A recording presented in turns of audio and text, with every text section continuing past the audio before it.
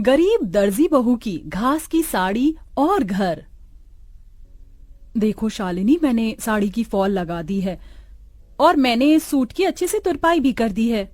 तुम दोनों का बहुत बहुत शुक्रिया। तुम दोनों की वजह से मेरा दर्जी का काम कितनी जल्दी हो जाता है, वरना अकेले ये सब कर पाना मेरे लिए बहुत मुश्किल था। बातें बाद में कर लेना, ये लो जल्दी से नींबू पानी पी लो। बाजार में तो नींबू के भाव चांदी के भाव जितने चल रहे हैं, तो तुमने ये नींबू पानी कैसे बनाया? वो पड़ोस वाली काकी है ना, उनकी नौकरानी आज नहीं आई थी, तो मैंने उनके घर के थोड़े बहुत काम कर दिए थे, इसलिए उन्होंने पैसों के बदले मुझे ये नींबू दे दिए। ये भगवान भी कैसे कैसे दिन दिखाता है।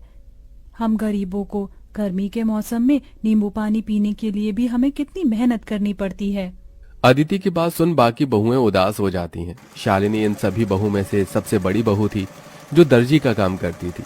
वहीं बाकी घर संभालने के साथ साथ शालिनी के दर्जी के काम में मदद भी किया करती थी। इन पांचों के पति सड़कों पर झाड़ू और मजदूरी करने का काम करते थे, जिससे ये मुश्किल से 2 वक्त की रोटी ही खा पाते थे। अरे वाह शीला, तुमने तो अपने घर का हुलिया ही बदल दिया। कितना सुंदर लग रहा है तुम्हारा घर। वो तो अच्छा लगेगा ही ना, पूरे 1 लाख रुपए जो लगाए हैं घर के रेनोवेशन और पेंट में। वैसे मेरे ख्याल से तुम पांचों को भी अपनी ये बाबा आदम के जमाने की गुफा को रेनोवेट करवाना चाहिए। न जाने इतनी गर्मी में तुम लोग इस गुफा जैसे घर में कैसे रहते हो। खिड़की दरवाजे तो ऐसे हैं कि अगर किसी का हाथ लग गया तो वहीं टूटकर गिर जाएंगे। पांचों बहू की घर की बेइज्जती करके घमंड दिखाते हुए शीला अपने घर के अंदर चली जाती है। अपने घर की इतनी बेइज्जती होता देख पांचों बहुओं को ही काफी दुख होता है। अरे बाप रे बाप, ऐसा लग रहा है कि धरती लोक पर नहीं बल्कि सूर्य ग्रह पर पहुंच गया हूँ। कितनी गर्मी है। इतनी गर्मी में गुफा में सोओगे तो गर्मी नहीं तो क्या ठंड लगेगी? क्या गुफा? और नहीं तो क्या, ये गुफा क्या आप लोगों को घर दिखाई देती है? शादी को इतना समय हो गया है लेकिन हम एक ढंग के किराए के मकान में भी नहीं रह सके। कभी कभी तो लगता है इस गुफा जैसे घर को छोड़कर जंगलों में चले जाऊं और वहीं रहूं। याशिका की बातें सुन सभी लोगों को इस बात का एहसास तो होता है, लेकिन अपनी गरीबी और लाचारी देखते हुए वो कुछ नहीं कहते और ऐसी ही गरीबी में उनके दिन बीतने लगते हैं। अमृता, अगर तुम न होती तो इतनी गर्मी में हमें ये ठंडा पानी पीना भी नसीब नहीं होता।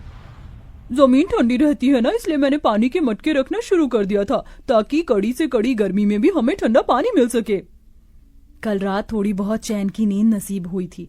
वैसे ये कपड़ा गीला कर ओढ़ कर सोने का आइडिया सच में कमाल का निकला। अब तो मैं रोज ऐसे ही सोऊंगी।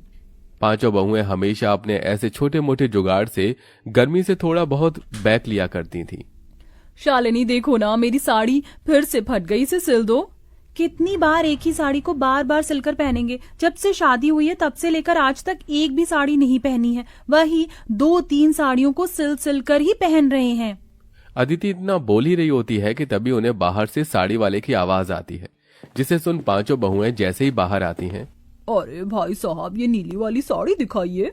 अरे बहन जी, आप लोग वहाँ क्यों खड़ी हैं? देखिए, मेरे पास एक से बढ़कर एक साड़ियाँ हैं। बनारसी, सूती, लखनवी, जरी वाली। बताइए कौन सी साड़ी दिखाऊं? अरे भाई साहब जी, आप किन से साड़ी लेने के लिए पूछ रहे हैं जो एक ही फटी हुई साड़ी को सिल कर पहनती हैं? इनकी एक सूती की साड़ी लेने की तो औकात नहीं है। ये क्या ही महंगी साड़ियां लेंगे। अपनी पड़ोसन मोना और अलीशा को अपनी इतनी बेइज्जती करता देख पांचों बहू की आंखों में आंसू आ जाते हैं और वो सीधा घर के अंदर चली जाती हैं। पांचों बहुएं इस गर्मी और गरीबी से परेशान हो चुकी थीं।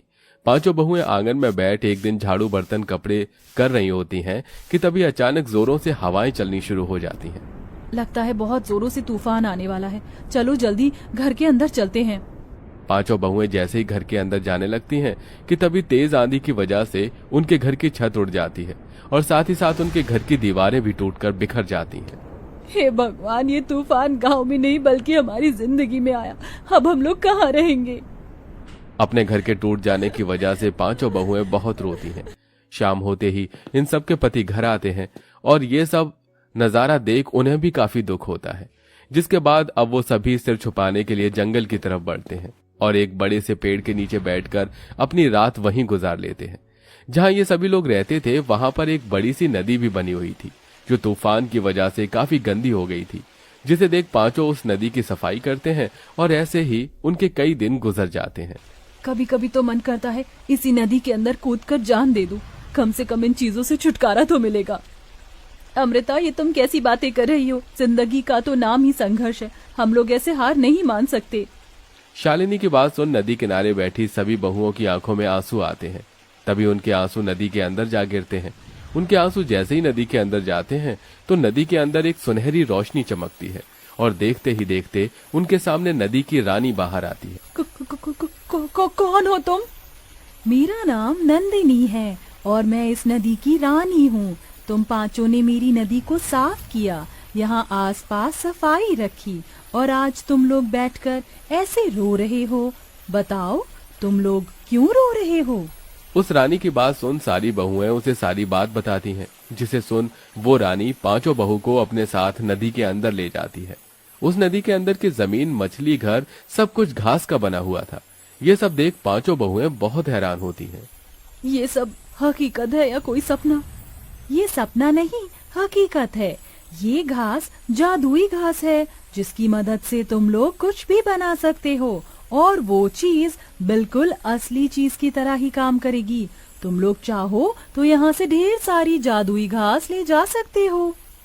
नदी की रानी, आपका बहुत बहुत। पांचों बहुएं उस जादुई नदी के अंदर से ढेर सारी जादुई घास लेकर आती हैं और सबसे पहले उन जादुई घास से अपना घर बनाने लगती हैं।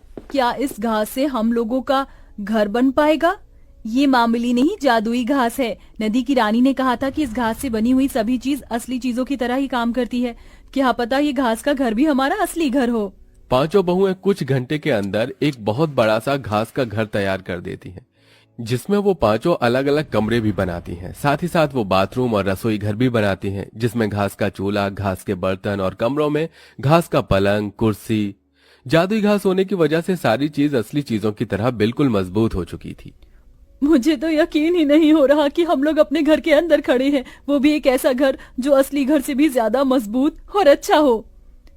अब तो हम यहाँ आराम से रहेंगे। जादुई घास होने की वजह से हमारा ये घास का घर भी कितना ठंडा है। अब तो यहाँ हमें बिल्कुल भी गर्मी नहीं लगेगी। पांचों बहुएं अपने अपने पतियों के साथ आराम से घर में रहती हैं और ऐसे ही कुछ दिन गुजर जाते हैं। सच में अब तो हद हो गई है। मन कर रहा है ये बची कुची साड़ी ले जाकर फेंक दूं। क्या हुआ अदिति, तुम इतने गुस्से में क्यों हो? गुस्सा ना करूं तो खुशी के मारे नाचूं। उस दिन तुमसे साड़ी सिलवाई थी, देखो आज फिर से ये साड़ी फट गई।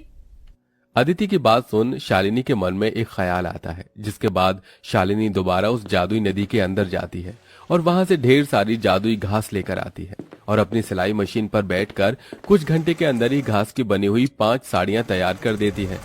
साड़ियों के बॉर्डर पर वो तरह तरह के फूल भी लगाती है, जिसके बाद अब जैसे ही पांचों बहुएं उस घास की साड़ियों को पहनती हैं, इस घास की साड़ी को पहनकर तो ऐसा लग रहा है कि मानो जैसे मैंने रुई की साड़ी पहन रखी हो। अब इन घास की साड़ियों में हमें बिल्कुल भी गर्मी नहीं लगेगी और हम आराम से रहेंगे। पांचों बहुएं उस घास की साड़ियों को पहनकर काफी खुश होती हैं। जिस तूफान से इन पांचों का घर टूटा था, उस तूफान में गांव में और भी कई लोग थे जो बेघर हो गए थे। ये सब देख पांचों बहुएं उन लोगों के लिए जादुई घास से घर बनाती हैं। अरे आप लोग तो हमारे लिए देवी हो। जो चीज सरकार और अमीर लोग न कर सके वो आपने कर दिया। आपका एहसान हम कैसे चुकाएंगे।